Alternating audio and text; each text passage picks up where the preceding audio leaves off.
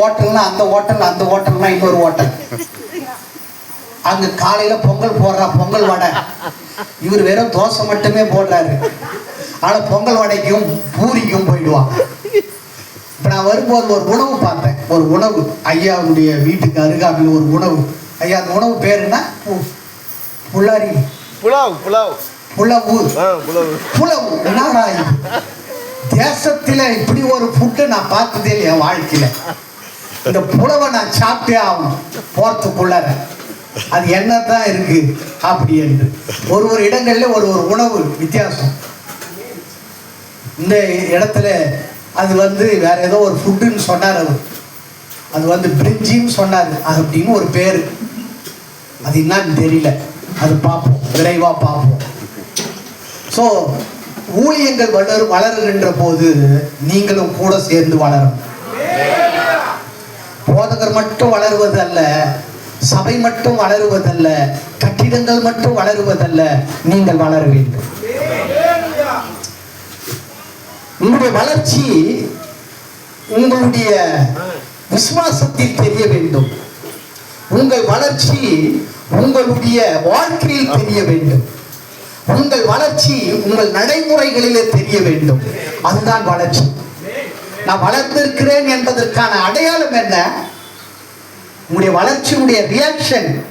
அந்த ரியாக்ஷனை வைத்துதான் நாம் கண்டுகொள்ள முடிகிறது. எத்தனை பேர் ஆமென் சொல்றீங்க? ஆகவே நீங்கள் தேவனோடு கூட வளர்கின்ற ஒரு அனுபவம் உங்களுக்கு இருக்க வேண்டும். தேவனோடு கூட வளர்ந்து பெருகுகின்ற அனுபவம் உங்களுக்கு இருக்க வேண்டும். அன்புக்குரிய கர்த்தருடைய பிள்ளைகளே, நீங்கள் ஆண்டவரிடத்தில் வாருங்கள். ஆதியாகமத்தின் புத்தகம் 45:18 மறுபடியும் வாசிப்போம். நீங்கள் அங்கே வாருங்கள், ஆண்டவரிடத்திற்கு வாருங்கள். ஒருவர் எடுத்தவர்கள் வாசிப்போம். 45:18 அங்கிட்டே கை வச்சுக்கிடணும். ஆதியாகமம் எடுத்து அங்கிட்டே கை வச்சுக்கிடணும். சங்கீதம் எடுத்து அங்கிட்டே கை வச்சுக்கிடணும். திரும்ப க்ளோஸ் பண்ணிட்டு படம் பார்க்க கூடாது. உங்கள் தகப்பனையும் உங்கள் குடும்பத்தாரையும் கூட்டிக் கொண்டு போதும். உங்கள் தகப்பனையும் உங்கள் தகப்பன் வீட்டாரையும் உங்களுடைய குடும்பத்தில் உள்ள அனைவரையும் கூட்டிக் கொண்டு என்னிடத்தில் வாருங்கள், நான் உங்களை வாழ வைப்பேன். உங்களுக்கு ஒரு அறைக்கூவல் கொடுக்கப்படுகிறது. எங்கே அறைக்கூவல் கொடுக்கப்படுகிறது? நீங்கள் எங்கே வர வேண்டும் என்று சொல்லப்படுகின்றது. தேவனிடத்திற்கு வாருங்கள், தேவன் உங்களை வாழ வைப்பார். நம்ம எப்பொழுதும் லாஸ்ட் மினிட்ல தான் ஆண்டவர் கிட்ட வருவோம்.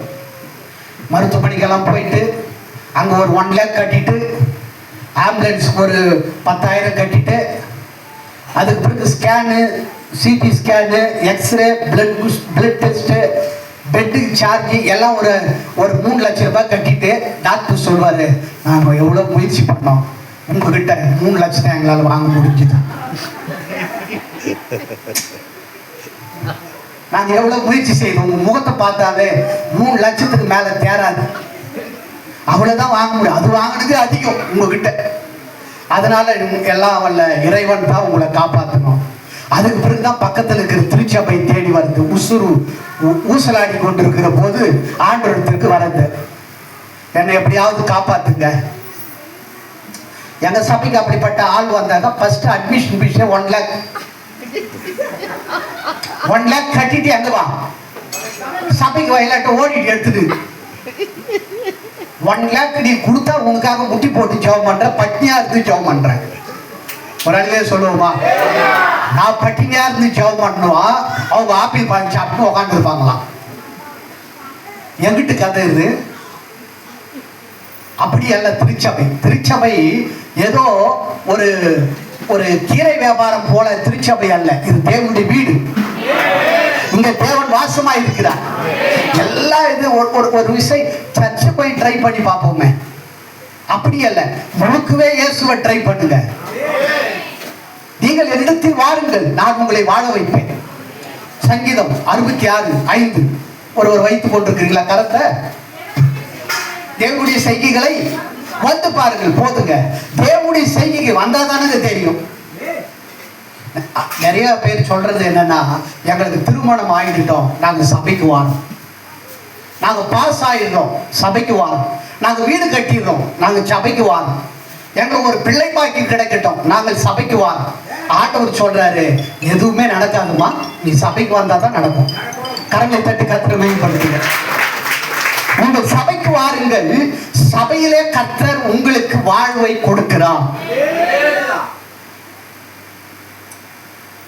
ஒரு முறை ஒருத்தருக்கு திருமணம் நடத்தணும். 10 ஆண்டுகள் 8 ஆண்டுகள் ஓடினது. 9வது ஆண்டு வந்தாங்க. அந்த ஃபேமிலி பிரச்சனை பண்ணிட்டு, ஐயா நீங்க தான் திருமணம் செய்தீங்க, 9 வருஷம் ஆகியும் இன்னும் எங்களுக்கு குழந்தை பாக்கி இல்லை, அந்த ஆப்ஷனால நாங்கள் பண்றது இல்லை, கல்யாணம் பண்ணி தான் கொடுப்போம், குழந்தை பெற்று எடுத்து கொடுக்கறது எங்க வியாபாரம் இல்லை, நீங்க தான் ட்ரை பண்ணணும். அது எப்படி ட்ரை பண்றீங்கன்னு தெரியாது. திருமணம் பண்ணி வைக்கிறது தான் யாருடைய வேலை? சபையினுடைய வேலை, போதகருடைய வேலை. குழந்தை நிக்கல, குழந்தை கலங்கி போச்சு, இதுக்கெல்லாம் இங்கிட்டு இல்லை, இங்க ஒன்லி ஜெபம் மட்டுமே. இது பரிசுத்த இடத்துல, பரிசுத்த பூமியில நிற்கக்கூடிய பரிசுத்தவான்களா இருக்கக்கூடியவர்கள். கர்த்தர் நல்லவர். அல்லேலூயா. எங்கள் திருச்சபையிலே சென்னை பகுதிகளில் ரொம்ப ஸ்ட்ரிக்டான உபதேசம், ரொம்ப ஸ்ட்ரிக்ட். அதை வச்சு இப்போ வருத்தம்னாக்க ஒரு முறை இங்க இருக்க மாட்டேன், லஞ்சே மீந்துடும், லஞ்சு சாப்பிடாது போயிடுவீங்க எல்லோரும். அப்படி அவ்வளவு ஸ்ட்ரிக்ட். நம்ம எவ்வளவு ஸ்ட்ரிக்டா உபதேசம் பண்றோமோ அந்த ஸ்ட்ரிக்ட்ல உட்கார்ற மக்கள் தான் பரலோகத்துக்கு போவாங்க. லகுவான சபை பரலோகம் போகாதுங்க. இந்த சபைக்கு பேர் என்னதுங்க? பரலோக வாசல் வரைக்கும் தான் நீங்க இருக்க முடியும், உள்ள பிரவேசிக்க முடியாது. இது பரலோக வாசல். வாசல்ல நின்று கும்பிடு போட்டு போயிட்டான், அவ்வளவுதான். ஆர்சி சர்ச்சை பார்த்து கும்பிடு போட்டு போயிடுவான். எவனோ ஒருத்தர் பிளைன் கிஸ் கொடுப்பான், இங்க இருந்து வண்டியில் போறவன் ஒரு பிளைன் கிஸ் குத்துட்டு அவன் போயிடுவான். எப்படியோ குத்து மதிப்பா அவன் வியாபாரம் சக்சஸ் ஆகிட்டு இருக்கும். அன்னைக்கு இருந்து அவர் பிளைன் கிஸ்லயே தான் இருப்பார். இங்க வந்து கிஸ் அடிச்சதுனால தான் எனக்கு எல்லாத்தையும் வாழ்க்கை செய்யுது இந்த மரியாம்மா. இந்த சபைக்கு வந்ததுனால தான் எனக்கு இப்படி ஆச்சு. இல்லை, வாசலால் உட்பிரவேசித்து சபைக்குள்ளே வரக்கூடிய சபை தான் இந்த பரலோக வாசல் திருச்சபை. நீங்க உள்ளே வாங்க, கர்த்தர் உங்களுக்கு அற்புதம் செய்வார். நீங்க உள்ளே நில்லுங்க, கர்த்தர் உங்களை ஆசீர்வதிப்பார். சத்தியத்துல நில்லுங்க, கர்த்தர் உங்களை ஆசீர்வதிப்பார். அப்படி நிற்கிற போது அப்படி ஆசீர்வதிக்கிற கர்த்தர் நம்மோடு கூட இருப்பாராக. அல்லேலூயா.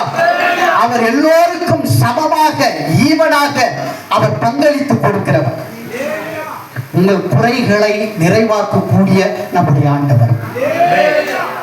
நீங்கள் எப்படிப்பட்ட குறைவுகளோடு கூட நீங்கள் இந்த திருச்சபைக்கு வந்திருக்கலாம், ஆனால் இன்றைக்கு கர்த்தர் உங்களுக்கு விடுதலை கர்த்தர் கொடுக்க போகிறார்.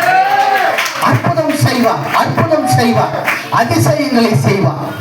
ஒரு கவியை பாடி நான் செய்திக்கு நேராக கடந்து போக வாங்கிக்கிறேன். வருகிற நாட்களில் நம்முடைய திருச்சபையில நல்ல கீபோர்டு வாசிக்கக்கூடிய தம்பிகள் தங்கைகள் எழும்புவார்களாக.